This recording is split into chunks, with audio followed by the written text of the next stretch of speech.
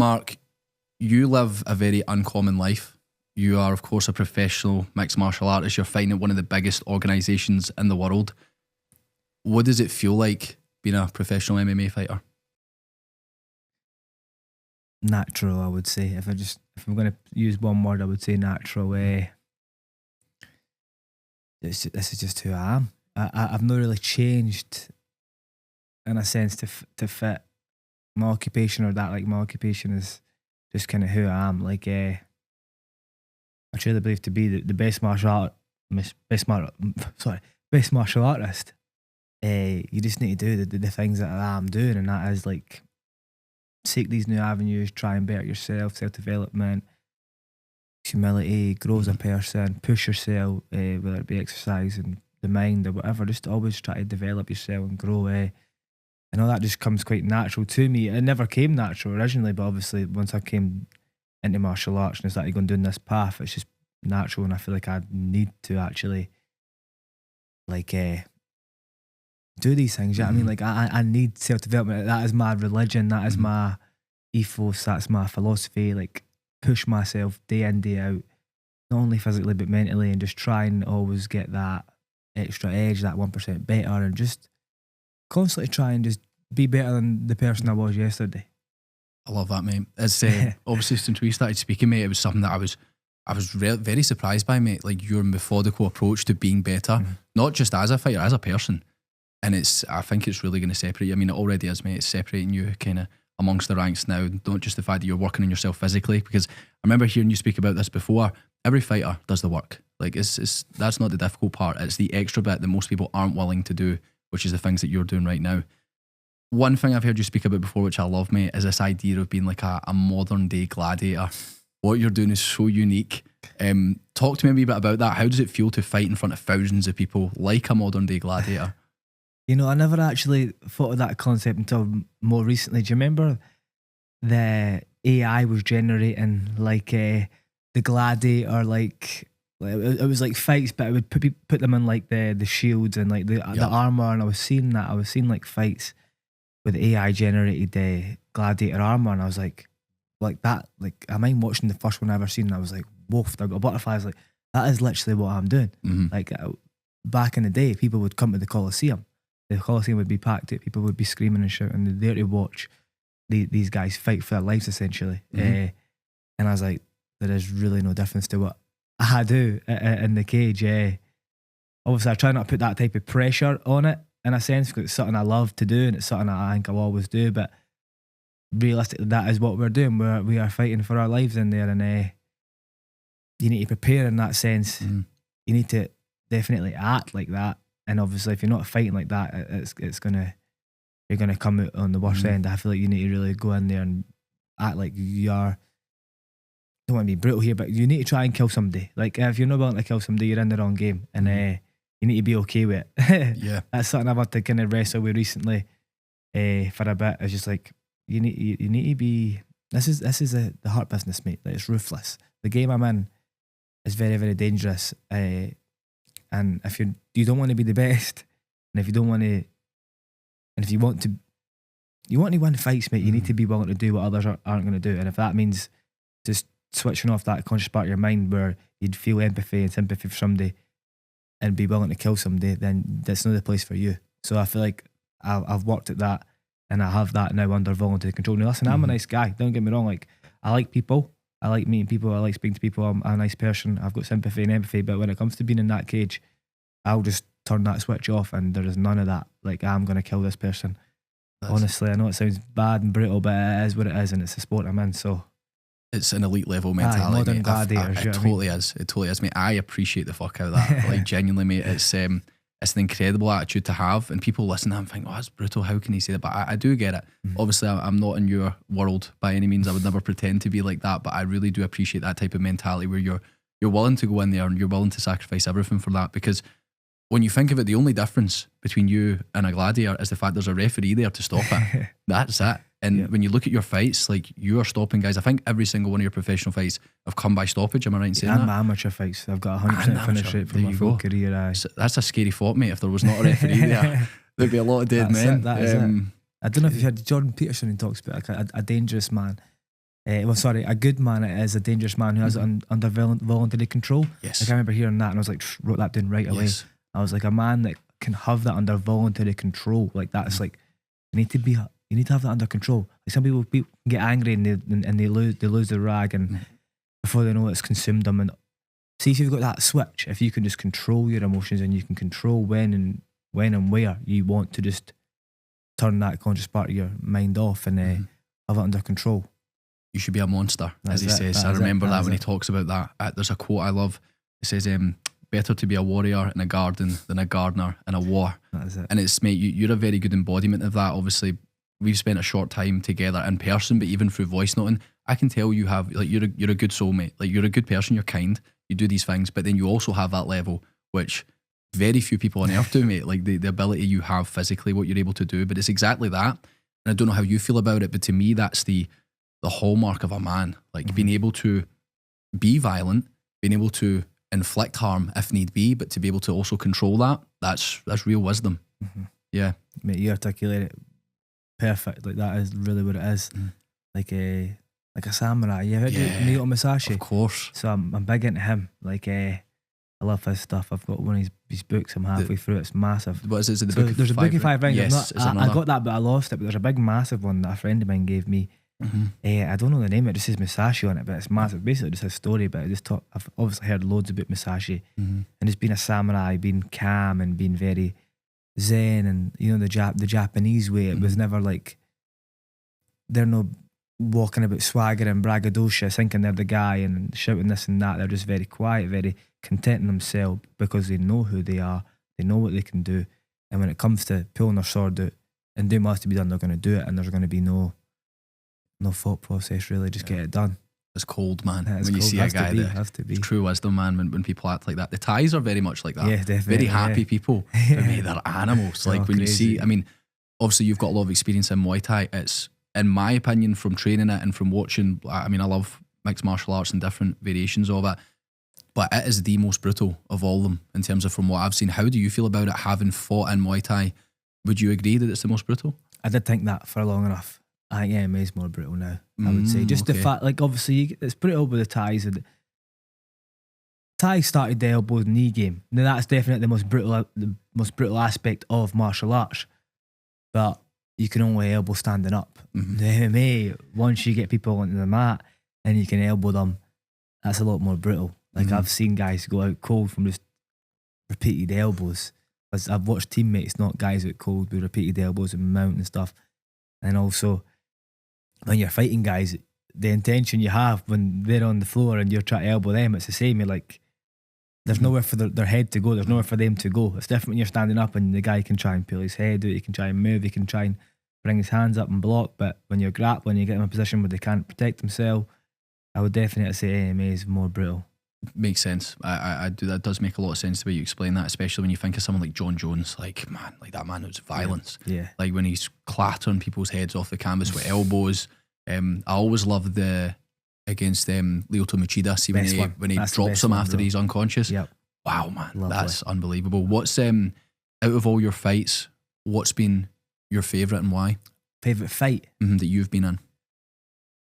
Favourite fight? Could be for any reason. My second pro fight. I talk about this a lot. I've done a few podcasts and people always ask about this. This is one I talk about where I was in a complete and utter flow state. Like, people talk about flow. I've experienced flow multiple times, but never in this magnitude. My second pro fight was 4 weeks after my pro debut, so I just fought and won by KO. You know, I was in flow in that fight as well. Like, I got flow and I done well, won my fight.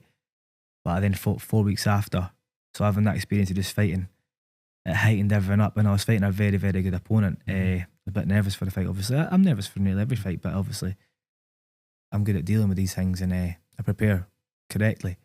But this one was special.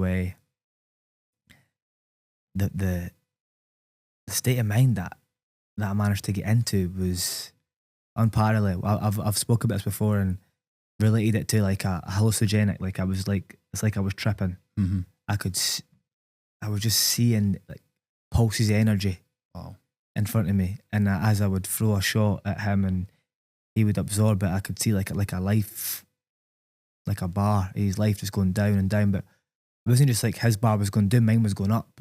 So every time I would hit him and it would have an impact, I was like soaking up his energy. It was very like a very, very like transcendental experience. It was crazy. Next thing you know, I've hit him a shot, he's went down, the referee's gotten, I've celebrated and been like, woof, like this was a real rush. And it was hard for me to actually put myself back there, and I couldn't remember that fight. I couldn't remember anything that really happened. I was in flow. I had to watch it back and was like, wow, I could tell by my face. You know, there's a point where he hit me a shot, and I think that helped me get into an even deeper level, because at first I was obviously in the zone, like I am every fight, but I got hit with a wee shot on the nose and I couldn't breathe with my nose anymore, and I was just like, well, I was locked in from there. And it just, before you know it, the fight was done. I was like, I'm winning, I'm on top of the cage. This is surreal. Wow, man. What an experience that was. Have you ever read the book Flow? No, I've not, but I've read books about flow. You ever heard of The Rise of Superman? No, I've not. No, so it's about flow. My coach gave me that book on flow, and these guys are like, trying to think of the names, like they're like base jumpers and like skydivers and so that. like adrenaline junkies. Yeah, so almost. these guys are literally on that fine edge between flow and death, and that's exactly where like flow lives. Do you know what I mean? It needs to be challenging, but it also needs to be in a sense that you can actually achieve it. If no, there's that fine line. These guys are literally on that line. So these guys aren't able to access flow state, then they're gonna die. Do you know what I mean? So it's very, very extreme. But I've read that because I actually need to read flow, and I've heard loads about the guy that kind of referred the term. I don't know his name again. It's like it's Chinese, a Polish name. This guy, I think it's like Mihaly something. I have no idea. Mihaly or something. It's a mad name. Try to repeat it. It could be Asian. I've looked at it. I'm trying to think. I'm not even going to try and butcher it because it's such a hard name to say. But I'm gonna. You read that book, Flow? Yeah, I have. And you'd recommend it? Oh, for sure. Exactly as you've explained. I think it would. I mean, you already have a very good understanding of flow, but it would help you even better understand it in the sense of what you just explained there was perfect. There has to be a fine line between challenge and skill. So you have to be, see when you said that guy had hit you back, there has to be, see if it's too easy, like think of it, see if you're in the gym on amateur, it's too easy, you don't get into flow. There has to be a fine line between you being able to practice your skill and utilise your skill, but also the fine line of challenge. So if it's not challenge enough, you can't enter flow. And as you'll know, you can't just say, oh, I'm going to go into flow. It doesn't happen. You cannot control it. But they say that the thing that does dictate that heavily is there has to be a fine line between challenge and skill level. And you have the skill, but you just need the right challenge in terms of opponent. There needs to be a back and forth. One way I explained it to people is like, because most guys have played football when you're younger. And that's when I first experienced flow, was in the sense of like playing football, because they explain flow is when you're so focused and absorbed in the task at hand. Time just passes by, you're not stressed, you're not in any other state, you're just entirely locked in. And then when the time's done, you're like, oh my God, that's an hour's passed. Or for you, the whole fight's gone. But in this sense, like I remember playing football and maybe like somebody passes the ball, you take someone on, right? Maybe play a 1-2, you move, you do something very quickly and rapidly, and it involves an element of both challenge and skill. And then you just get focused, you're locked in. Again, you can't control that, but when you do get into that state, it's powerful, man. And also you have the ability to do that through the art of violence, which is crazy, mate. It's unbelievable. I forgot the name. Is it time dissolution? That's what it's called. It when could, time I think you could be right. By. There's another way. It's like a great term. I remember, obviously, when I've read up on flow, it's like it's more a subconscious state flow. Like your body actually takes over. Your mind is no longer present. That's why you can't remember it. And what happens is as soon as you start thinking, you bring the conscious mind into it. You come out of flow. Like it's very subconscious. That's why like the power of subconscious is so important. I'm so into that stuff. But like I found myself, even when I'm doing like certain drills on the pads and that, once I went over the drill with my coach or whatever, I just stop thinking and I just repeat the skill and repeat the skills. As soon as I start thinking about it, I'll get it wrong. Your brain gets in the way. You're better just letting your body do it. Your body knows better than your brain sometimes, which is crazy. Your subconscious mind, it just takes over. It's very, very interesting, that type of stuff. It's a great thing, man. I remember you hearing you speak about fights and how like when you go in there, like you just let it happen because you've trained. That's the whole point in your training camps. You've trained all these things, so it becomes subconscious. That's it. You're letting your body go into that subconscious state, and just what happens. Your body reacts to it. Must be a pretty powerful feeling. But talk to me about that and the subconscious, the work that you do in the subconscious mind. What do you do to really hone your subconscious? There is. I try and do as much as I can. Obviously, we're talking about flow state there. Like I'm so interested in the flow state. And just when I go into the gym, when I'm talking about physical practice, I just try and let my body take over. majority of the time. Like I'm saying, when your conscious mind gets involved, you start tripping up and you start making mistakes. Sometimes you're better just letting your body do take over and do the talking essentially. But I do a lot of work on my subconscious when it comes to trying to reprogram my subconscious mind. I've read up loads. There's a guy called Dr. Bruce Lipton. His power. He talks about the power of the subconscious. I've read books like How to Reprogram Your Subconscious. Obviously, there's two different parts of your brain. There's the conscious mind where you're like rational, your thoughts, and then you've got your subconscious mind that's kind of deep rooted and like more. I wouldn't really say is it irrational. Yeah, I mean that would make sense. Obviously, you've got when you're like the conscious mind, you're consciously thinking, whereas subconscious is almost automatic. Automatic, so it could be your irrational mind, but there's definitely, I feel like people always think of the brain and think of their mind. They always think of the conscious mind. People forget that the biggest part, and 95% of the part that we use is our subconscious mind. The one that we're in autopilot is the subconscious mind. And I've read up loads on that and how to reprogram that, because people have subconscious biases and programs and problems and blockages they don't even know about. They're obviously deep rooted from when they're young, from when you're 0 to 7, your brain's developing and you're in this state of theta where your brain is just soaking up all these trials and errors and the culture, society, everything you're seeing, hearing. Your brain's just soaking all that up from 0 to 7. And these things are deep rooted, and then you could be like 25-year-old later on wondering why you're acting a certain way. You don't actually know. It turns out there's a wee subconscious blockage in there that you need to try and deal with. If not, it's going to keep coming up. But there's ways that I do it. I do it through it's called auto hypnosis. So as you go to sleep at night, your brain goes into. I need to start with tell you with the brainwave state. So you've got alpha, the brainwave state. You've got beta, the brainwave state. Beta is what we're in when it's kind of like more like stress. Like okay, I'm sure. So alpha's a relaxed state of mind. Beta is like stress, but like it could also be like a creative center.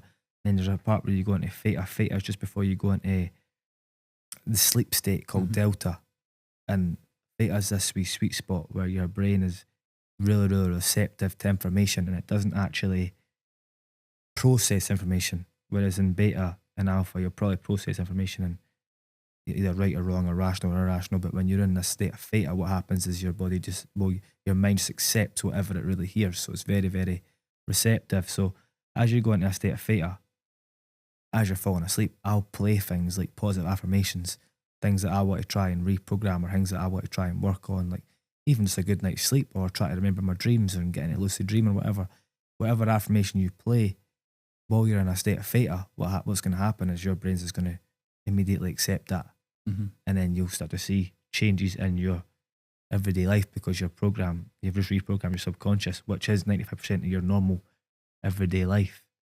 So that's something I try and use. It's a great explanation, that, man. It's so interesting. Obviously, the extra lengths you're going to do that, because I think, especially young guys, man, like so many young guys are just unaware of this. They go through life, they just let life pull them in different directions. They don't realise how much control they actually have over it.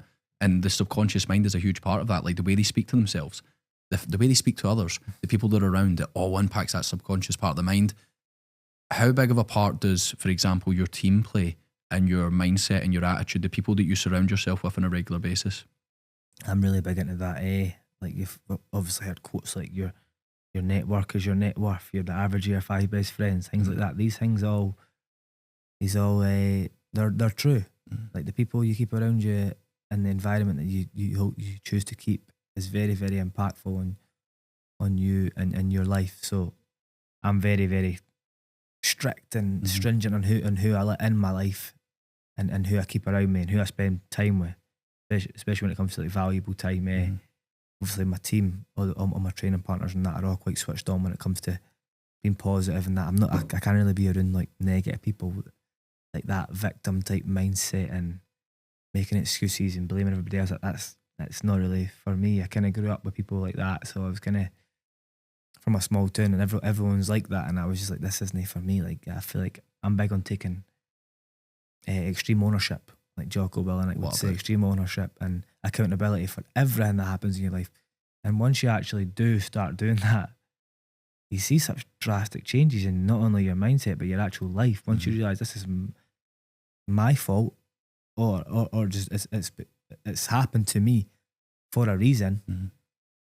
Life becomes quite blissful and quite a nice place to be when you kind of reframe it like that and realize that life isn't happening to you, it's happening for you, and you can choose how you want to see how you want to reframe stuff. Mm-hmm. Like, say, like, there's so much things that happen to us in life and we just blame people and it's his fault and that person's fault and blah blah blah blah. They never just look at, like, you're the only person that can change it.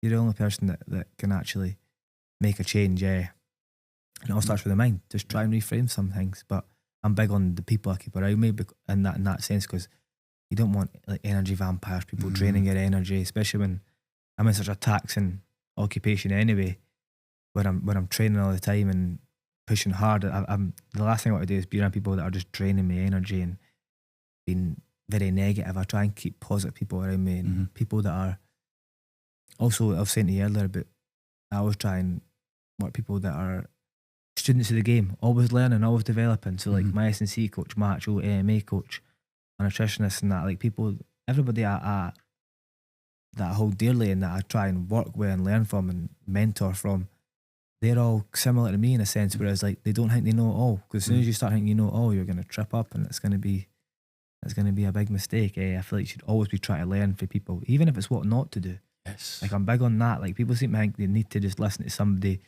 who's had it all and done it all. And I understand that and I get that and I get where it comes from, but I also think you can learn from anybody, even if somebody that hasn't achieved maybe the level of the things that you would want to achieve, but you can learn from everybody, even if it's what not to do. Like, some people are like, I mean, for long enough, I was motivated by people around me who I didn't want to be like. I was like, I don't want to be like this. And also I had people that I wanted to be like, but it's having them both and being able to use them and utilize that. Like, you don't always need to be motivated by wanting to be in a certain place. You can also be motivated by things you don't want to be like. You see a lot of people that grow up with, like, alcoholic mothers and fathers, and they're like, that's the last thing I'm going to be doing is being an alcoholic. And they turn into, like, great people and say they're in fitness or whatever it is, but they're just anything but an alcoholic because they're motivated by what they don't want to be. Very powerful. Double-ended sword, that. Totally, mate. It's two great points you made there. First of all, in extreme ownership, because that ties into it. So it's like, right, if you've had a bad upbringing or you've been around bad people or whatever, you can take the victim's mentality. You can complain and say, oh, I've had a shit life, I've had this, I've had that. Great, you're going to stay in that way. Whereas you can take extreme ownership of it and say, listen, that's now out of my control. How can I respond to this? What can I do moving forward? And then, yeah, that's obviously how you take power over your life. And in that position there, it was a really good point that you made on that. Have you read Extreme Ownership? I've read bits of it. Yeah, it's great. I've read bits of it. I've listened to Jocko more and I've read his stuff. Yeah. I love listening to him. But when I heard that word extreme ownership, and I'm just so big on accountability as well, I was like, just take accountability. It doesn't matter what it is. When you take accountability, it's just freeing in a sense. People seem to think blaming somebody else frees them up. Like, if it's not my fault, it's somebody else. Like, I need to blame somebody else and that makes me free. Nah, see, if you take the accountability and the ownership and realise that I'm the person that can make the change, I'm the person that's happened to, well, that's happened for me, not to me, I can then reframe that. It's just, that, to me, that's freeing. It's a powerful mindset, man, in the sense that you have control over that. I'm big on stoicism, man. It's one of the things I've studied the most in life. And that's the whole premise of stoicism, is this idea of the dichotomy of control. You're probably aware of it, in the sense that we cannot control anything in life but one thing, and that's how we respond to things. And it's extreme ownership. It's like, right, shit's happened to you. You've had it probably a million times, mate. You've been injured in camp. Great, I'm injured. Now what do I do? Like, I need to adapt. Great. Whereas you could sit and say, oh, I'm injured. This is shite. I've got a fight coming up. Whatever. Tough fucking shit. Like, that's the reality of it. That's the game you've signed up to be in. And you have that mentality. Whereas I think so many people would complain, and so many people do in life, but those who are actually going to get what they want from life are those who will take extreme ownership and say, okay, what can I do about this? And then they act. Have you you ever read much into stoicism or any of that type of stuff? Massively, aye. Yeah. I'm big in it. Probably not as much as yourself, but like, I'm a big fan. You heard of Ryan Holiday? Of course, Ryan he's Holiday. the man. I love his stuff. He's one of the guys that I kind of first kind of really started, when I got into self-development, one of his books was like Obstacles Away. I read that book and it kind of was like, wow, this is really a different way to look at things. Read that, and then I've read that full series. So Obstacles Away, Ego's the Enemy. Read his new ones like Courage is Calling. The only one I've not read, Stillness is the Key. I need to read that, but his stuff's great. You know, I heard he's actually, I'm sure he was a undergraduate of Robert Greene. He is. Aye, so he is. That's his mentor. So it's very funny that they two kind of have basically came together. I'm a big fan of Robert Greene. I mind reading his book Mastery and 40 Laws of Power and stuff. They really had a massive impact on me. But I'm big into Stoicism and stuff like that. The guys like Seneca, even Marcus Aurelius. Of course. Meditations, I've got that. I mean, I've got all these books in the house, man. The thing with Stoicism, I feel like I got Meditations recently, and it's one of these books. It's kind of like the Daily Stoic. I like the way the Daily Stoic is called the Daily Stoic. Yes. Daily, you should take a page of that book and daily meditate on it and digest it. Whereas Meditations, I was just trying to read a page, and another page I was like, this isn't the book for me at the moment in time. That's a book where you need to take a page and you really need to digest the information in that and sit on that for as long as you can until you actually get a grasp of it.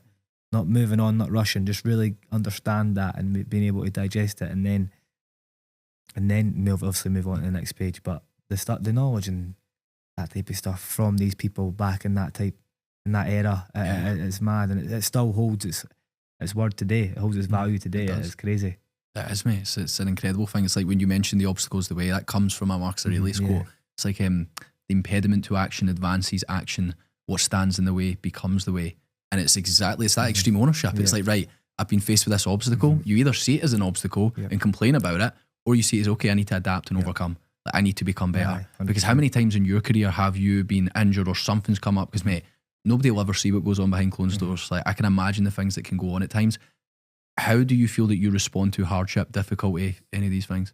It's funny, I actually quite, sounds stupid, but I love it in a sense, because it makes everything a bit sweeter, innit? Like, saying to a teammate the other day, I was like, if you had a plain sailing fight camp, you went and won your fight, well done, it's all right, but you need to go through some adversity for it to really be that little bit sweeter. You need to go through the hardship and the trauma, whatever it is you go through, like, to come out on the other side, that is such a freeing feeling, and that's such a special feeling. And I'm really big on just tackling adversity and getting through it, and accepting also, knowing that, like, listen, it's not always going to be plain sailing. If it was, everybody would be doing what we're trying to do, or they'd be trying to achieve whatever you're trying to achieve. Like, you need to go through these hardships, you need to go through the adversity to come out the other side. And when you do come out the other side, you're not the same person, which is that was the goal in the first place. Then you want to be, you're trying to change, you're trying to develop.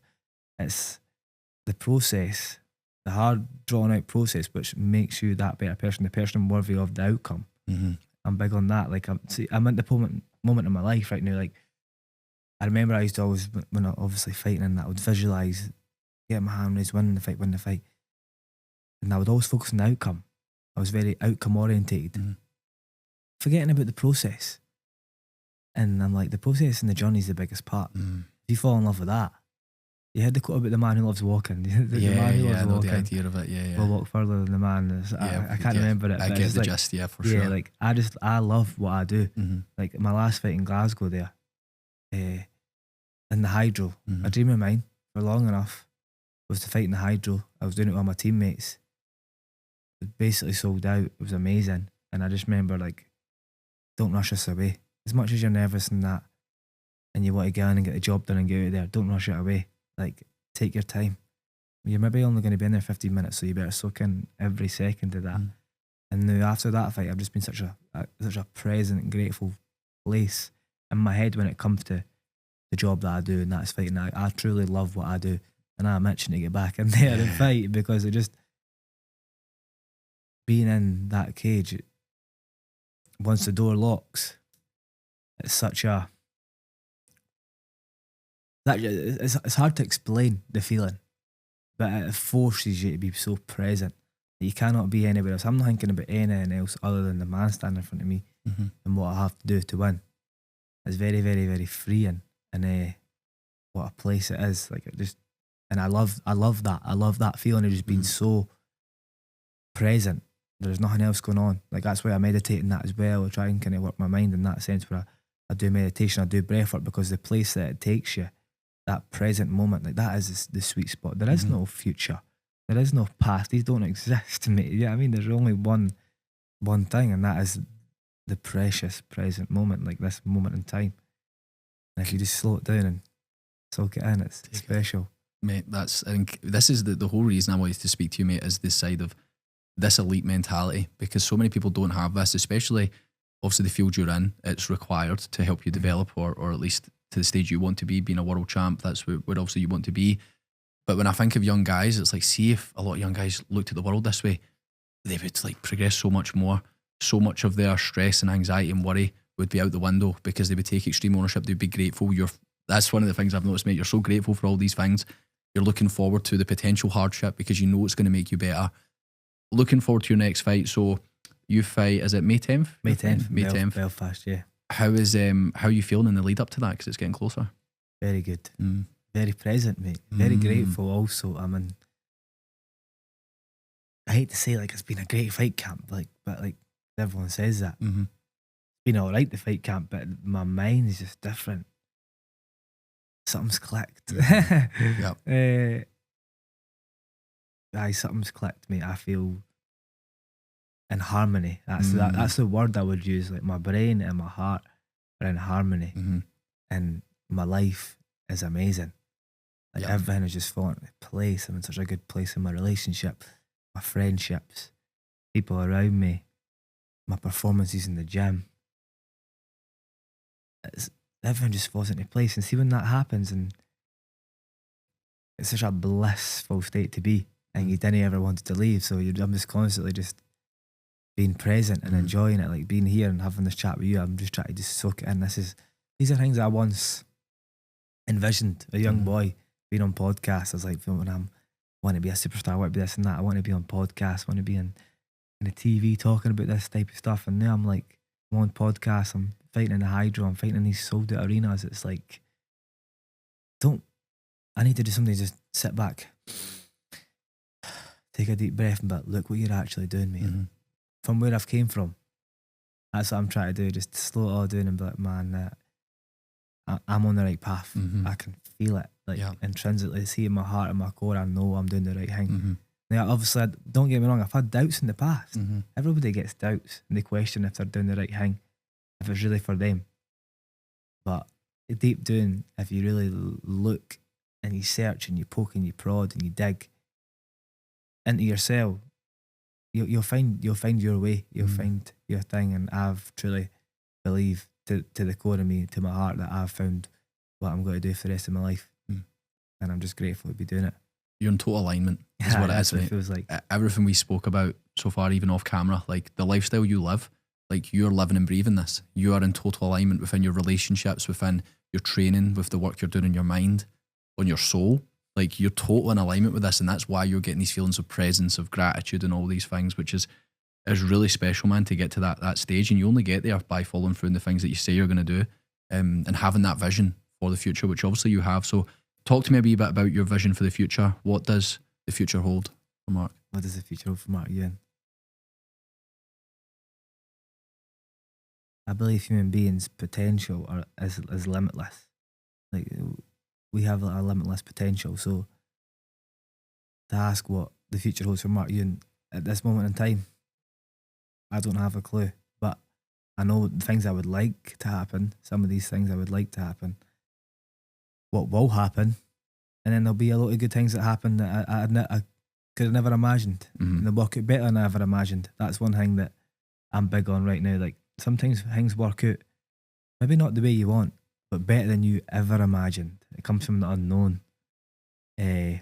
But my main aim, my goal, my plan, what I will be as a world champion, has to be. It's not even the fact that it has to be. Like, it's just happening. I'm on that path. Like, I'm gonna be a world champion. I'm gonna say I need to, but I don't need to. I'm going to be a world champion. It is inevitable. And on the journey to that, loads of other great things are going to happen. I truly believe I'll get to travel the world, doing what I love, like I'm doing at the moment.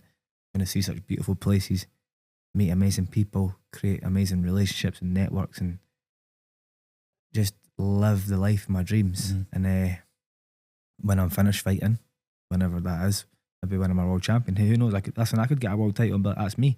I'm content. I had one aim and I done it.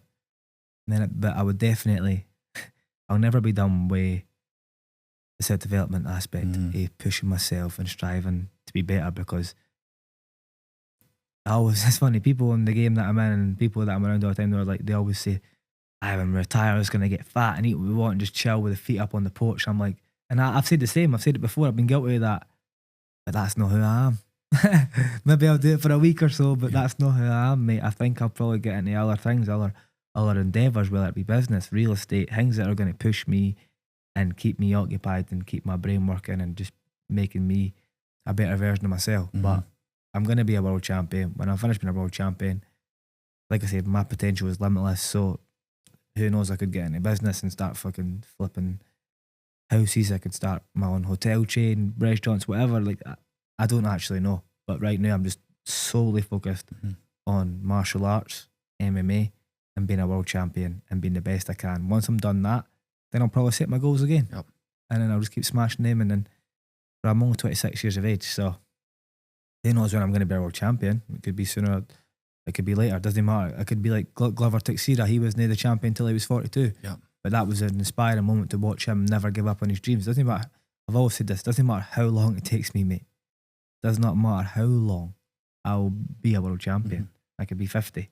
Knocking on the door, you know what I mean? Everyone's like, give it up, mate. Yeah. I'm brain dead, whatever, but I'm going to be a world champion. Yeah. And once I get it done, I'll then set my sights on something else and just keep enjoying life, keep enjoying each day and just take each step as it comes.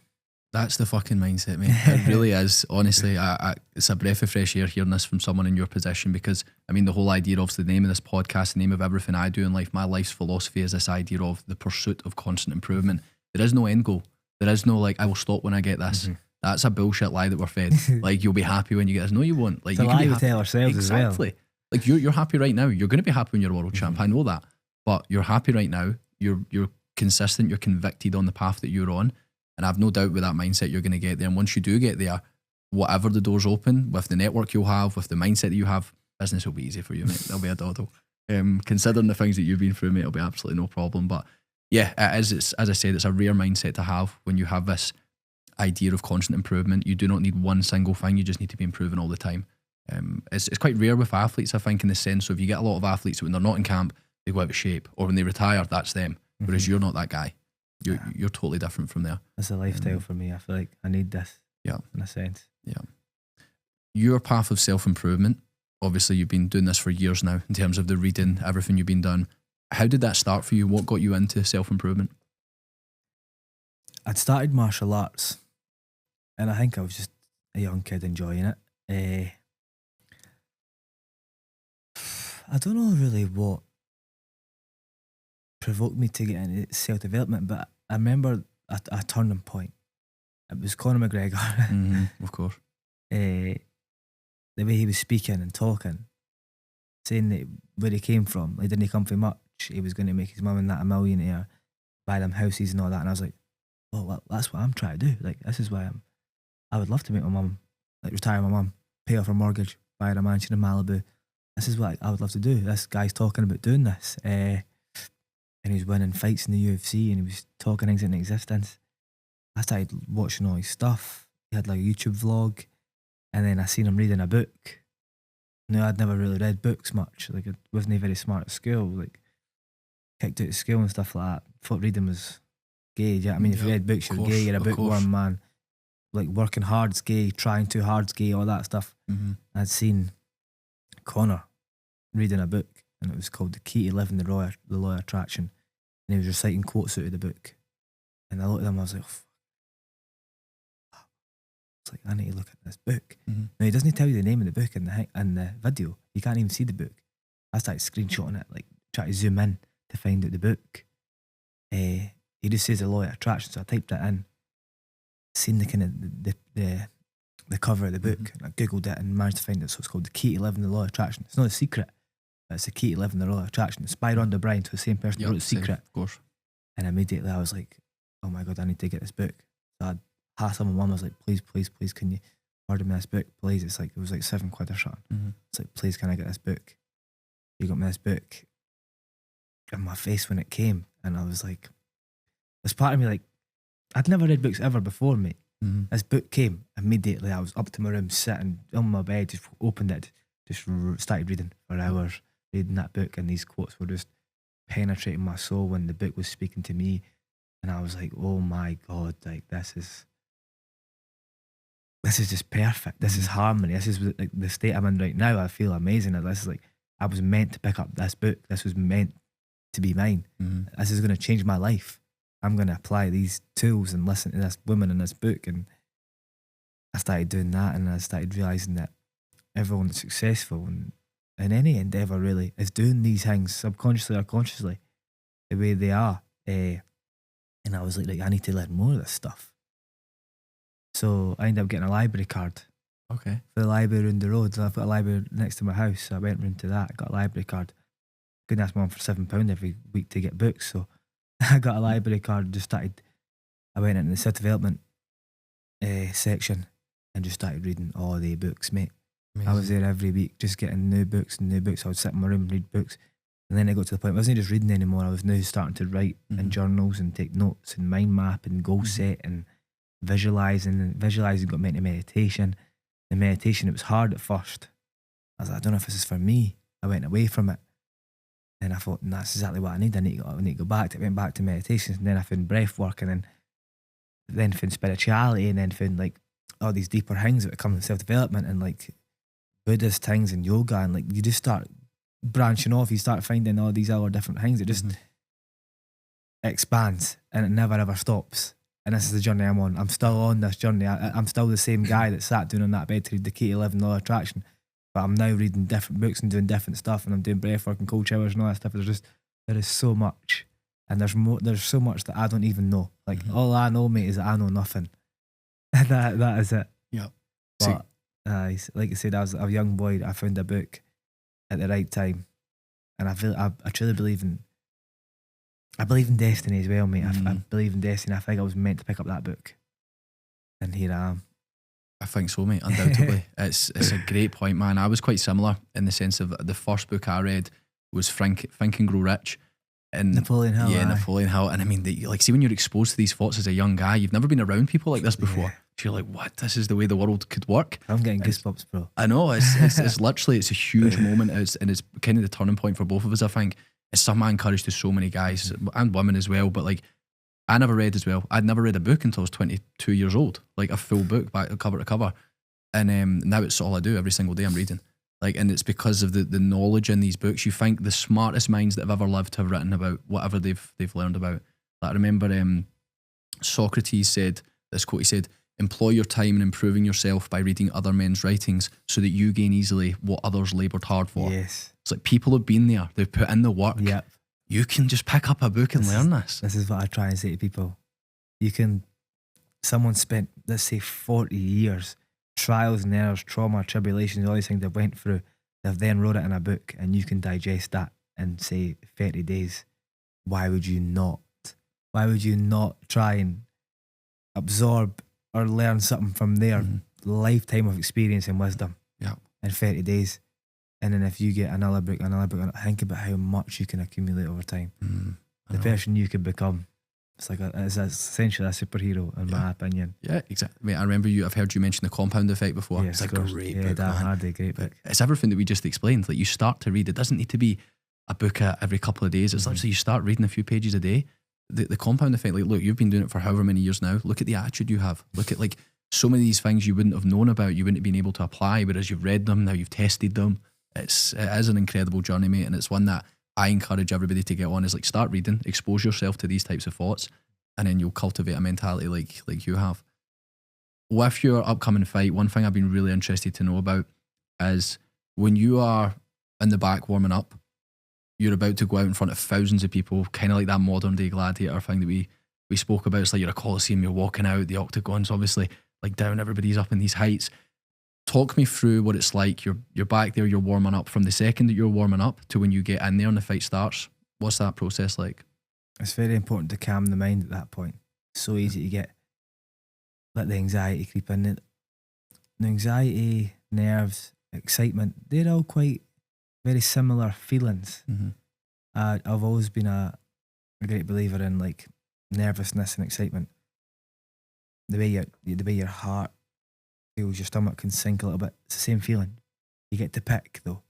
I always pick excitement. I always tell myself I'm excited. I'm not nervous. I am obviously a bit nervous, but I'm reframing it there. I'm telling myself I'm excited. I don't let myself get too excited though. It's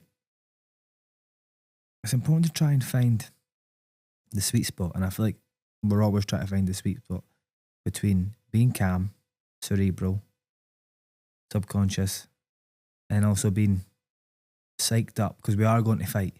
You can't go in there too calm. I feel like I've done that once and paid the price. Okay. My first loss, I think I was too calm. Took me a while to get going, and by the time we got going, it was too late. I'm chasing my tail. You need to try and find that sweet spot where you're calm enough, but you're also amped up and obviously excited and ready to go in and go to war, essentially. But from the warm up area, it's important to stay calm, because obviously you can hear the fans usually from the warm up room. You know you're out there next. You're getting your hand wrapped, whatever it is. You're hitting pads. You can even feel you're a bit tired hitting the pads. It's like, oh fuck. That's why we usually do a morning shakeout, so you don't get a fright. Sometimes people, I mean, back in the day, people would just turn up to fight night on a Saturday and they'd hit pads, and then you get that mad feeling, and you'd be like, oh fuck, how am I tired? Like, and you'd check yourself before you go. That's the last thing you want to feel before you go and fight somebody. So we do a morning shakeout. You do a morning shakeout. You wake up in the morning, you go and get a workout in. You get that nervous energy out. You get the blood flowing. You get a wee burst. That helps when you go hit the pads later on, warming up. You feel loose. You don't get tired. You're kind of in the zone at that point. Helps with that. But then the walkout, that's probably the most nervous point. The scary point is when you're in the warm-up rooms, when you're in the back. It's because they're just delaying the inevitable. You'd much rather just get to the venue and get it done. There's a lot of kind of waiting about, that you're waiting for this big occasion, this big moment. There's a lot of pressure. All these things are kind of, they can get on top of you, but over time you get better and better at dealing with. I feel like I'm good at dealing with it. I just try and stay present. I just try and sometimes just take time to meditate, to do breath work, speak to people, have a laugh, just have fun. This is what I do every day. This is what I came here for this. I didn't come this far just to come this far. Do you know what I mean? So I'm very just try to just take it in and focus on my breath and slow it all down. Don't let it get. Don't get too ahead of myself. Don't get too excited. Don't get too nervous. Don't be too calm either. Just try to balance it, get that sweet spot. And then as soon as they come to get you, mate, that's where the flow, there's a switch. Wow. When they say, Mark, you ready? You're like, you fucking better believe I'm ready. Let's go. I've been waiting here all day. Do you know what I mean? Let's go. And they come and you're walking out. You've got your team with you. Your team like, let's go, Mark, let's go. They're spudding you, you're clapping hands and stuff and that. It's like, let's go. And then you're walking out. You're following one of the guys, one of the athlete relations guys, like for the fight team. He just takes you out to the cage, and it's like, you see the cage, it's like, let's go. Yeah. Let's fucking go. Mate, I was nervous. See, when I'm thinking about it, because you put me in the situation there, like you're in the room, you're waiting. It is a delay. It's a delay of the inevitable, as you said. And I suppose it just shows the importance of your team. Like, so do you warm? I assume James is holding pads for you. James holds pads. So he goes through pad work, grapple. So I'll start off with, like, I'll do my own like stretches and that, just kind of funny about get loose, like dynamic warm up stuff like that, and then I'll go into pads and then I'll grapple a little bit, like be another fighter or another coach, and then James will hit pads. And there's a point where obviously you get warm, and then we'll stop. Okay. Just to let you cool down, and that's where he wants you just to kind of, well, we know where he wants you, but I like to just get present again. Yeah. Because I'm hitting pads, I'm getting up, I'm getting the blood flowing, I'm getting excited, and I'm like, right, cool down, calm down, don't get too excited. Let's just breathe. Yeah. And then usually before you know it, they come and get you, and it's like, let's go. How do you choose your corner? Do you have the same corner every single fight? Basically, it's always James. It has to be James. But then I'm at a point in my mind, it doesn't matter who's in my corner. I'm going out to win that fight. Yeah. I could go it myself. I would go it myself. I had a boxing fight once. I essentially was going to go it myself. I went with my friends. I was changing team at the time, and I was ready to go it myself. But luckily, I knew some of the guys that were there, and they offered to corner me. Brilliant. I'd never done my corner in my life, but they offered to corner me and help me, and I appreciate it. But I was there. I did it myself, and I would do it myself. Yep. You're in that mindset. Obviously, I would, if I'm going to go to war, I'd rather go to war with my coaches that I've been through this so many times with, like James and Kieran. Like, that's the only two people I need, really. But like I'm saying, I'm able to do it myself. I truly believe if I had to, I would do it myself. And I think they know that and obviously respect that. And they'd be the same when they fought. Like, when I signed the dotted line, I'm not signing the dotted line saying I need Kieran and James with me. Do you know what I mean? I'm signing the dotted line because I'm going to be there. I'm going to show up. I'm going to win this fight. I need to. But it's always James in my corner. James has been my coach for long enough. He knows me better than anybody. And obviously then Kieran's, he's one of my coaches now. Me and Kieran used to fight in the past. Kieran was a fighter before he became a coach. We were amateurs together at higher level under James. And then Kieran went down the coaching route. But they two I trust wholeheartedly and know they have my best interests at heart and I can trust them. So that's who I pick in my corner. And then usually you get 3 people in your corner and whoever else, it's either a teammate or whoever else, it's irrelevant really. As long as I've got them two jamming. Amazing. How much of a role does breathwork play when you are, I mean, it could be any time. When do you utilise breathwork, whether it be in preparation for a fight, whether do you do it in the octagon? When do you utilise breathwork? I always try and just kind of center myself in my breath. It's so important. When I train and do anything, not even just training, but I'm always trying to nasal breathe. I'm big on nasal breathing. Keeps you calm. If you know the science of nasal breathing, then you know how important it is. If you don't know, go and look up people like James Nestor. Yes. On the breath, and he will educate you way better than I ever could. But I was sleep with my mouth taped. You know what I mean? Like I'm on the ball, like I'm on the assault bike, nasal breathing. Everything I do, nasal breathing. So I'm just trying to stay calm and use that. But like I'm saying, I'm just always, even here today, I've took a couple of 2 seconds just to just take a deep breath sometimes, because you can feel yourself sometimes just getting ahead of yourself and getting anxious or getting whatever it is. Just take a second, take a breath, and it forces you into the present moment. So it's vital, I believe, in being present. And I always try and use it. Probably the last breath that I'll take is when they say, Mark, you ready? I'll be like, and then for there it's just subconscious. My mouth will close. I'll be nasal breathing. It'll be slow breaths. But from there on, I'm locked in. My eyes are set on one thing.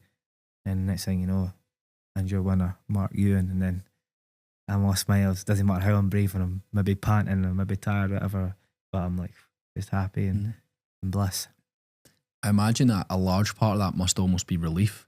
Like once you've won, is that play a big role in how you feel? Every fighter will say that. Every single fighter will say that. It's a relief. They sometimes want it over quicker, and that's why I'm saying to you, I'm trying to enjoy the process. Yes. I don't want it to be done. It's only 15 minutes, mate. I mean, it's not long. So now when you win and the referee steps in, what a relief it is. It's such a, it is a relief, and you take a big deep breath. You're like, ah. But also, I'm like, I love what I do. Like you don't. It doesn't need to stop. Do you know what I mean? There is every fighter will say you get that breath of relief when you win, or when the fight's done. It's like, oh, it's done. I'm like, why? Like, you signed the dotted line. You wanted to do this, so why would you be so relieved when it is done? And I'm at the point now where something's clicked and I actually enjoy it in there. So I don't know if I'll get that. Really, obviously it's a relief and it's happy when I'm happy to win. But for it to be done, nah. As soon as I've fought, I want to fight again immediately after. Wow.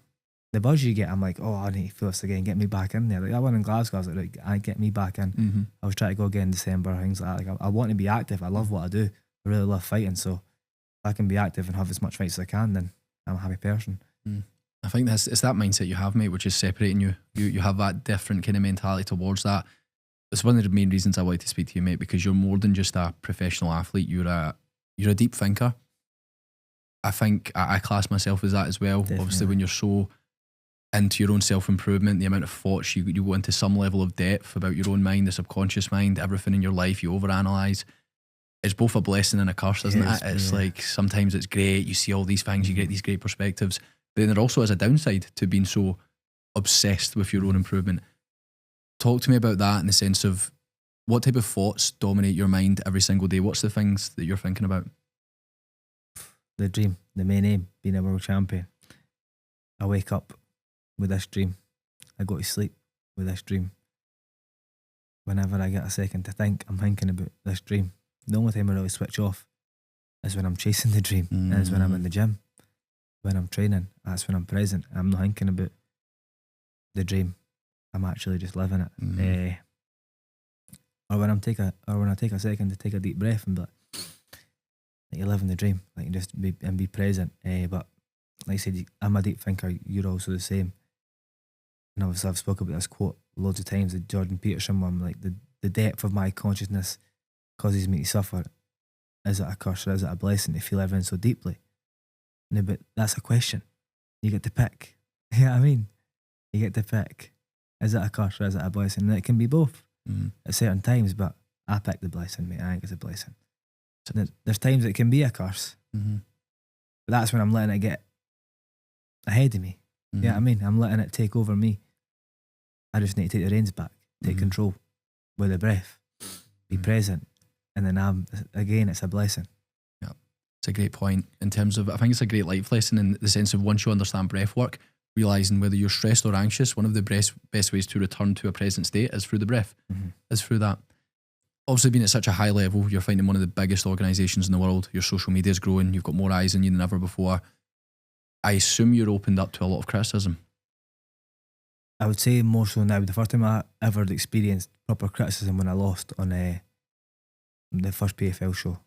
I'd never really experienced like trolls or that, and I was getting trolls. How do you deal with that, with criticism? I quite like it in a sense, bro. I'm not gonna lie to you.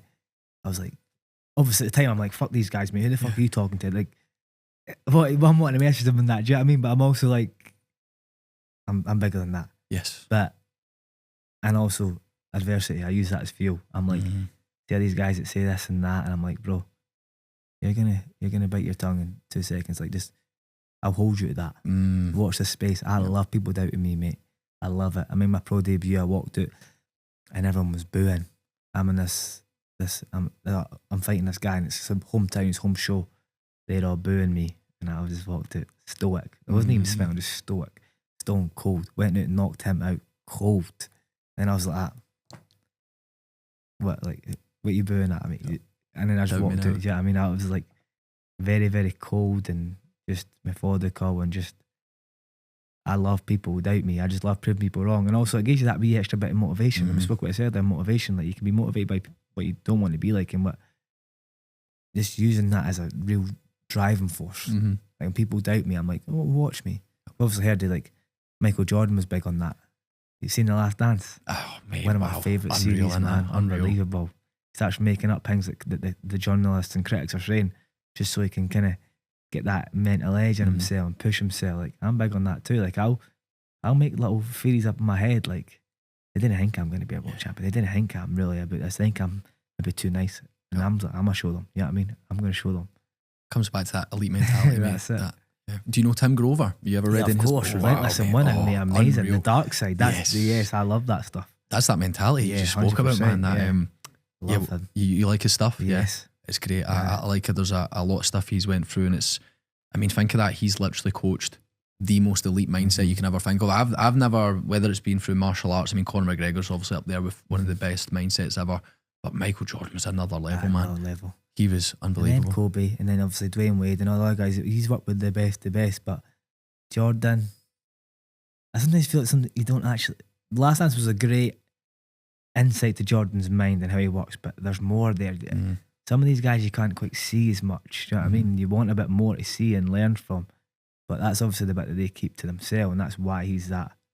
Like, Michael Jordan is one of the most renowned names on this planet. Yeah. Like, you tell me if someone doesn't know Michael Jordan. Exactly. You know what I mean? What a man. Who do you look at and think, wow, their mindset is impeccable? Who inspires you? Could be a fighter, could be an athlete, could be anyone. Anyone, maybe someone close to you. Is there anyone at all you look at? Their mindset is impeccable. Someone you're inspired by with the way they perceive the world, the way they view things. Jordan's definitely massively one of them, has to be one of them.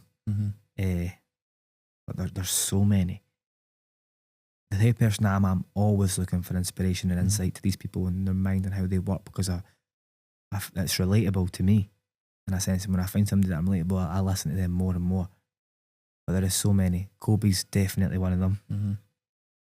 LeBron. This is just basketball stars, but then there's NFL guys like Patrick Mahomes, and you know what it is? It's all the greats in every field. Tiger Woods, Rory McIlroy. You've got the best like Conor McGregor. You've got boxers like Floyd Mayweather. You've got the old school guys, like Muhammad Ali. Like, I look at all the greats, like the elite of the elite, and they all have a strong mindset. You find me somebody who is the best of the best, does not have a strong mindset. The mindset is everything. And when you realise that, when you tap into that, this is what I'm trying to say, like the mindset, the mind is such an untapped thing. And if you want to be the greatest in the field that you're in or any endeavour, like, you need to tap into your mind and don't just tap into it, like dive deep and deep and deep and go and go and go. There's so much to uncover. Yeah. Pardon me, sorry. But there's so many. So many. I'm trying to connect. I don't think there's anybody really in MMA that. Obviously, you've got guys like Israel Adesanya. Yeah. He's got a very good mindset. Sean O'Malley. That's the two that always come to my mind. Okay. They're quite similar in a sense. But then you've also got guys like Volkanovski, who's like a dad to 3 girls. He's quite happy going, normal guy, relatable, but he's also got a very, very, very strong mindset. Who else? You've got guys like Khabib and Islam and stuff. Yeah. I mean, I'm studying. I'm watching all these guys' vlogs. I'm reading their books. I'm studying them, their training regimes, what they're doing. I'm watching their fights. I'm learning from everybody. Everybody. Yep. And I think that's what's going to make me special. Because I'm taking everything from all these guys and putting it into myself. Yeah. You know what I mean? And then there'll be guys that will surpass me eventually, and they'll use, hopefully, my knowledge and wisdom and everybody else's, and just going to keep compounding and adding it up. But there's so many people, mate. I'm always learning from people, especially in the greatest fields. Like I'm watching on Netflix, like I'm not really watching too much shite. I watch things like, I don't know if you've seen Breakpoint. No. It's a tennis documentary. Okay. So I watch that, but then I also watch the F1 Drive to Survive. So I watch all the elites in that. So then I'll watch Full Swing, all the golfers, but then I'll watch receivers, and then I'll watch quarterback, that's NFL, and then I'll watch the rugby one. Like I'm watching every sport I can, and I'm only looking for the greats. I'll kind of switch off when it's the mediocre guys are on it, and don't mean to be to offend anybody, but I'm only want to watch the elite guys, because that is what I'm trying to be, and that's what I want to learn.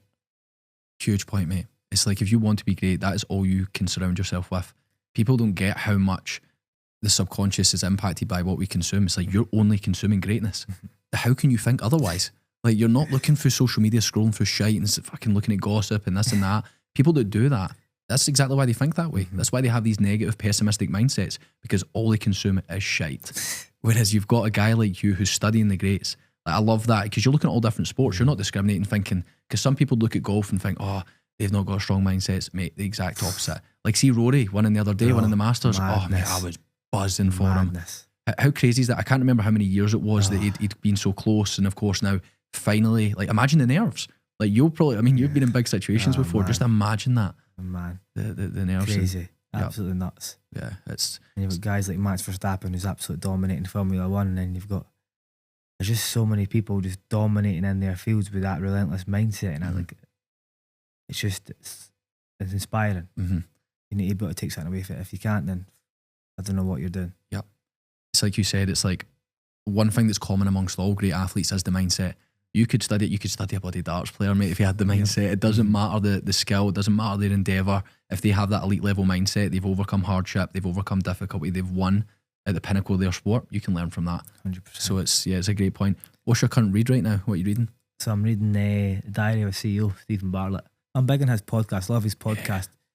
My brother had his book and said, you should read this book. And I thought, I wouldn't. It's not a book I'd usually buy, to be fair. It's not a book I would go and buy. I listen to his podcast, I love his podcast, but I don't know why I didn't think I would ever buy his book. The book's been great. It's been a really good book. I might actually go back and read his first one, that The Happy Sexy Millionaire. It's a great book. Might read that as well, because I've always liked Stephen, and I take inspiration from him as well. He's fucking smashing it. Yes. He's so clued up. That's some other guys I take inspiration from. Podcasters, guys like Chris Williamson, James Smith. You've got Stephen Bartlett. You've got Lewis Howes in School of Greatness. Jay Shetty, Rich Roll. All these guys. Joe Rogan. Like I'm learning from all these guys as well, mate. It's not just athletes. It's anybody successful in any endeavour. If you're successful, bro, I want to be around you. I want to learn from you. Do you know what I mean? Same the company I keep. There's people that I keep around me. The people that I speak to, sponsors that I have that are just smart people and they're successful in their field. So I want to be around you, mate. You don't need to give me anything. Just let me be around you and learn from you. That's all I really want. But so I'm reading Diary of a Seal, really, really good book. Really enjoying that. But people keep saying to me, what you reading, what you reading? I'm like, at this moment in my life, I'm not prioritising reading at the moment. Okay. But it's not that I don't prioritise reading or love reading, but this moment in time, I'm reading maybe once or twice a week. Yep. Whereas I used to read every single day. I'm just doing different stuff at this moment in time. A lot of meditation, a lot of walks and stuff like that. I'm just really getting in. A lot of watching fights and stuff like that as well. Like I go through phases of different things. Like I know I'll come back to reading more. Maybe after this fight, I'll probably read again every day. It'll be a new book, and I'll just get right through that and soak all that in. But at this moment in time, I'm not really prioritising reading. No, I love reading, and the books are always going to be there. There's always going to be books to be read. But I listen to a lot of podcasts, and I'm learning from a lot of people when I'm looking and I'm watching a lot of vlogs as well, seeing how people operate. I'm enjoying watching YouTube vlogs. There's so much content out there now to watch as well, and you get a different insight. You know, listen, I love reading and taking the time to sit undisturbed and really process the words on the paper. I'm big on reading the words on the paper too. Like I'm not an audiobooker. Like I've just made that word up. Sometimes I feel with audiobooks, I could get distracted quite quickly. Start daydreaming, zoning off. Podcasts are different because it's a conversation that kind of entices me. I feel like I'm sitting in the room with them. But I listen to a lot of podcasts, and I'll go back to reading. But there's always a time and a place for things, I believe. You're right, mate. I think a lot of people have this rigid mentality towards things. They think they're being disciplined. They're saying, "Oh, I need to read every day." No, you don't.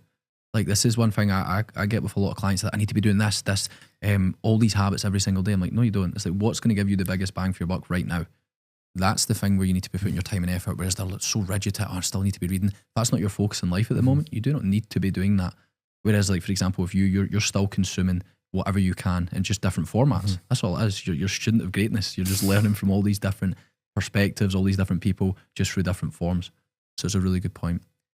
One thing I want to find out more about is obviously this mindset you've cultivated. I'm really interested in it, mate. We know where it's come from a self-improvement standpoint. When you started reading, how that happened. Obviously, being a professional fighter, you're almost forced to get into that some way, shape or form. But when we look back to your earlier life, being raised, especially mostly by your mum, am I right in saying? What impact do you think that's had on making you into the man you are today? Massively. The biggest impact on me. How we were speaking about being motivated about things you don't want to be like. I was always motivated from a young age to look after my mum. I remember we grew up not really having much. Struggling. For what I remember growing up, it was money. We never had a lot of money, and money was quite a stressful topic to speak about or even go over in my house. It was me and my two older brothers. Obviously, I've got a younger sister now. But before that, I just remember money being a big thing and being really stressed, and always hearing like, "Not get money for this," and "Oh, we're going to get kicked out the house," and "We're skint," and "What, the bailiffs are going to be here to know." This is all the things I would hear, and I was like, I remember like my mum would see a nice car and would love a nice car. She would always say she'd love a nice car and a big house. And I used to always take wee mental notes in my head as a young boy walking around my mum thinking, I'm going to be the one to change this. I'm going to get her that big house. I'm going to get her that nice car. I'm going to change all our lives. And I just took responsibility for that. And I have since I was young. I just knew eventually, once I find my way, I'm going to look after us all. So that's had a massive impact on me. I really am just a young boy, a mummy's boy, just want to look after his mum, mate. I want to make millions and I want to get to my mum. I want to buy her a house in Malibu. I've made promises to her that I will keep. Being a world champion, that's my goal, that's my aim. But I know what comes with that. The stardom, the money, the fame, whatever. I don't need all that. I wouldn't mind the money. That's just going to go to my mum. Do you know what I mean? I just want to look after my mum, get her these things, look after her. That's such a massive impact on me, my upbringing. It's not coming from much, but taking the responsibility for a young age was like, it's on me. Like, no one else is getting us out of here. Like, she's trying her best. She's doing her best. She's got 3 boys to raise and causing her hell here, there, and everywhere at school, fights, police, and that. Oh, there's just so much going on. I understand it, but I'm not going to make excuses and be like, I'm just going to get it done. I'm going to be the one that's going to change your lives. It didn't get me wrong, like my brothers and that are all doing all right now. I'm obviously doing better now. My mum's doing it way better. We're all cushy, but there's still that wee boy in me. And I hopefully never lose him. Yeah. I need that young, hungry kid that's fighting for his life, fighting for his family's life. It's essential that I hold on to that wee guy and derive some force from that and use that to go on and achieve my dreams. That's what I'm trying to do. Powerful, mate. Very powerful. Do you know Viktor Frankl? Yeah, Man's Search for Meaning. Yeah, great book. He has a quote, I can't remember it word for word, but it's essentially, a man with a strong enough why can overcome any how. That's a strong why, mate. Yep. That's a very strong why to 100%. have. What's it like now? You're a dad, you have a family. Yeah. How does that impact your why? That must be a big thing. It's more than just you now. Aye, that's crazy, man. I'm still trying to comprehend that full thing. My little girl's nearly 2 now. She'll be two in May. But that's changed my life drastically. I grew up but for a long time I was a bit emotionless. If it wasn't positive thoughts or positive things going on in my life, I shut it off. Anything negative, no sadness, no nothing like that, I would cut it off. And then you have a kid, especially when you have a daughter, you're forced to be emotional. I look at her sometimes, I'm like, wow, I could tear up. I'm like, I created that little thing, like that little bundle of joy, that little, like she is my heart, that little girl. Talk about driving forces. You have a kid and then everything you could ever think of in one. But I'm super motivated, super driven to make sure.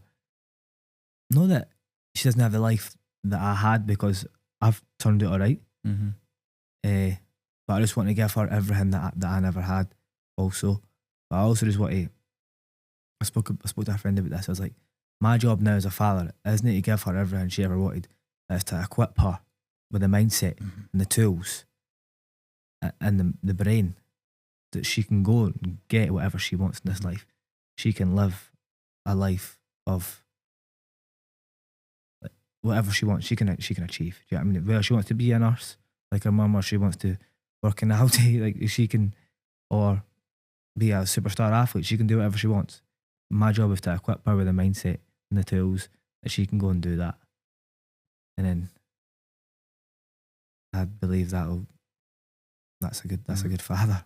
Mate, I think it's amazing. It really is. Like you're building the perfect example, because we learn often through exemplification. It's the greatest teacher, exemplification. I actually think Einstein said that, to be fair. In the sense of, obviously we learn from people. We embody other humans. That's what we do, especially our parents. So you're now setting the perfect example of that. The things you're going to achieve are going to be amazing. For me personally, mate, I mean, I'm 26 as well, right? It's only been in the past 6 months to a year I've started having these desires to be a father. It's strange, mate. I don't know what triggered it, but it's a really strong thing for me. It's like it's becoming more natural. It's becoming something I want. Not like right now, I'm not saying I need to have it, but my mindset's flipping to be like, I'm not so, kind of like you said, like I'm not so focused purely on myself. I'm very much looking like I'm going to have a family. I want a family. And it's powerful, man. So that's why I was really interested to ask you that, because you're living that life now, and it's an admirable life, man. Everything you're doing from obviously a professional standpoint as an elite level athlete, but also what you're doing for your family, for yourself, for your own mind. It's a mad journey, mate. This life. So you're going to have a lot to teach and a lot to give, I think. I hope so, man. It's funny, like before I had my daughter, when I met my girlfriend, I wrote my goals to have a child. That was one of my goals, to have a child. I was in no rush. I just wrote it down. I thought I'd love to have a baby. I'd love to just create a special child with this person. Next thing you know, she's pregnant, we're having a baby. It's like, wow. Amazing. And then it's our job to raise this little thing. It's such a blessing. I think you've not got a baby and you've got a partner, then get making a baby, because it'll really change your life. It's amazing. It's a special thing that you can achieve. I've heard that, and that's something I'm very much. Do you know who Naval Ravikant is? Of course, so. Yeah, I mean, Naval, unbelievable. He says this quote, and it's ingrained into my head, and it's what I want from life. And it's a fit body, a calm mind, and a house full of love. These things cannot be bought; they must be earned. And for me, it's like a fit body. Both me and you know the value of having a fit body. A calm mind, more than anyone, mate. We know what that's like, being free from, or not free from, but being capable of dealing with stress, anxiety, being able to overcome hurdles in life. That's a calm mind. Being able to be still, being able to be present, being able to live a good life comes from the mind, as we've discussed. So having that, but then a house full of love. Like, I've been exposed to a lot of successful people and through business, through different areas of life. And when you hear about their family and they don't really have that family, it's like there's such a missing piece. So it's a huge thing. Literally, if you have a fit body, you have a calm mind, and you have a house full of love, your relationship's good, you have kids, like the love that you bring into that's powerful, man. That's my life's ambition. That's the pursuit of constant improvement to me, is working in those things there. And it sounds like you're doing a great job of that, mate. Try my best, man. Try my best. When you think of advice for younger guys, now I don't just mean in the sense of it could be with mixed martial arts, but general self-improvement, just becoming a better human being, what would you say is a piece of advice you would give to anyone younger than you? What's something that's really impacted you? It's a hard one. It's a broad I'm used to question. giving advice to young fighters and of course, things like that, but young kids, just, or anything that's really impacted you, if it's to do with mindset or anything. I feel like young kids need it the most, though. Yeah. Like, you're spot on that. Like, young kids need advice from people that have been in their shoes, that's relatable, that really hits home. You know, a lot of people really speaking to the young kids, and that's the difference, and that's why a lot of kids are going off and doing these things that they're up to. But I'd say try and find your passion. That's the biggest thing. Try and find your passion. I know it's hard. People that I don't know what I like, but try first of all. Don't just say I don't know what I like. You need to try everything first. Like, you don't just think, like, you just need to just try anything. Like, well, if it's football, go for it. Do you know what I mean? Give it your all. If it's arts and crafts, try it. If it's joinery, whatever, just try and find your passion. Find something where you get that time dissolution, where you're involved in it, and time passes so fast and you're in flow state. That's usually that's your thing. And then when you find that, go head first. Go head first, give it your all, and just live a life that you'll be proud of. Like, everyone's got a sell by date in it, so everyone's gonna go at some point. You didn't want to get to your deathbed thinking, I wish I'd done this, I wish I'd done that. Find something that makes your heart sing. Give it your all. Didn't have any regrets either. It's a fantastic piece of advice. Finding that again, people talk about purpose and things, but they don't realise you're not given it. You go and find it. You found it. Yep. Like, I've heard you talk about the things you've done. Like, you went to college, didn't like it. Like, you essentially almost fell into MMA. Like, you fell into it, and then you realised that. Just fall forward, yeah. mate, that's it. And you took it, you embraced it with open arms, and now you've dedicated your life to it. And look at the level you're at, mate. It's pretty incredible. You're going to make mistakes. It's not going to be easy, man. If it's easy, everybody would do it, but you just need to try. You need to try. That's the big thing. Try. I know at school, like, the cool kids don't try. It's all the geeks that try. But trying is what you need to do. It's such a backwards thing as school, man. But we'll not get into that. I know. The school system. But find your thing. Go head first. Try. Make mistakes. Fall, but fall forward and just learn from your mistakes and keep making mistakes. Keep making them, and it'll work out, and you'll be happy.